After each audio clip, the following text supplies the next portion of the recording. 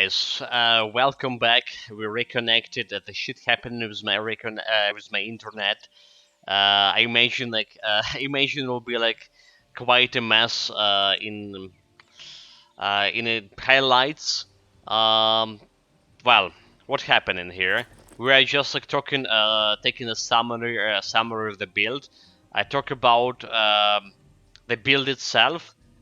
Now we're just going as jumping through the items here. Let's go do it fast. We had the build working around pet items here. Alright, we had Conqueror Mask, Alfaza Jewelries here. We had Alfaza Staff and Amulet of Convocation with Alfaza Buff. That's like all for the past benefits. But we're using a couple of new relics and charms here, specifically legendary golden scarab on my amulet that giving me +1 to all skills and a little bit of defense ability. On my helmet, we're using essence of the chaos, giving me that elemental damage, and bonus on completion for essence of a chaos is actually 60 flat physical damage to your pets. Alright, we have a demon walkers for another +1 and Freya's breastplate. So in summary, it's making +4 to all skills, which is like essential for any pet build. Then also we have Freya armlets. Just for getting all these resistances to buffing my build itself, right? So with Hour of Tranquility, this is how our resistances look like. Hour of Tranquility and potions drunk. Not bad. We also can use herbal remedies from Herbalist Jorskin to get that poison resistance to maximum, which is like very rarely using, maybe 8 times in the whole game. Because like 47 poison resistance was still okay for me. Stats wise, almost all the stats went to intelligence and health here. Didn't reach 75k health, 7500 health, but it was enough to get this build with a 0 dash.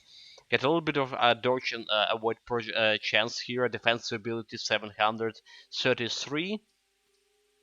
Wasn't enough to avoid any crits. In fact, we were getting a lot of crits, especially in the Ragnarok, around like 4k and stuff. But we persevere. We persevere. Our secondary resistance is non-existent here. Like I said, pet bonuses, 80% physical damage and 504 physical damage. Doesn't matter. There's that 0 deaths. However, weapon leech 8%. Skill-wise, this is one of the rarest builds we have that we still have some points, some skills I would like to spend the points on to make it the build even better. All right. But yeah, we started with the Neidan Mastery. Started with Neidan Mastery rushes the Terracotta Servants. Get those 2 Terracottas as fast as possible. In fact, Terracottas as solo pets on normal difficulty early on were quite alright. They even like were doing some critical damage in the first acts, admittedly. Not much, but yeah, they were doing that. After getting the Terracotta to level 10, we got the Mastermind, got a Nightmare, and started leveling up his Mastermind ability. Hypnotic Gaze and Mastermind, so to fast above those Terracottas. That's most important skill for a pet build. Also, okay, the Trance of Covalence. Obviously, Trance of Covalence was very important for a pet build. 20% damage absorption for the pets. Supposed to make them more tanky. They're getting like 16 health regeneration from this, and plus 195 more health regeneration percentage from Mastermind. Did they actually make it tanky? No, not at all. They were dying in a couple of seconds. Like, they were very brutal. Also, a very important skills for the build, obviously Hour of Tranquility. This is where our survivability came from. Later we got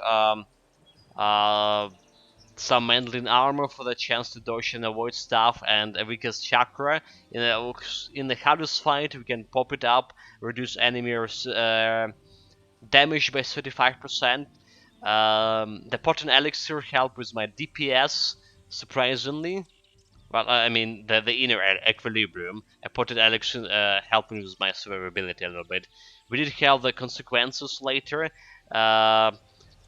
To reduce enemy resistances by 25%.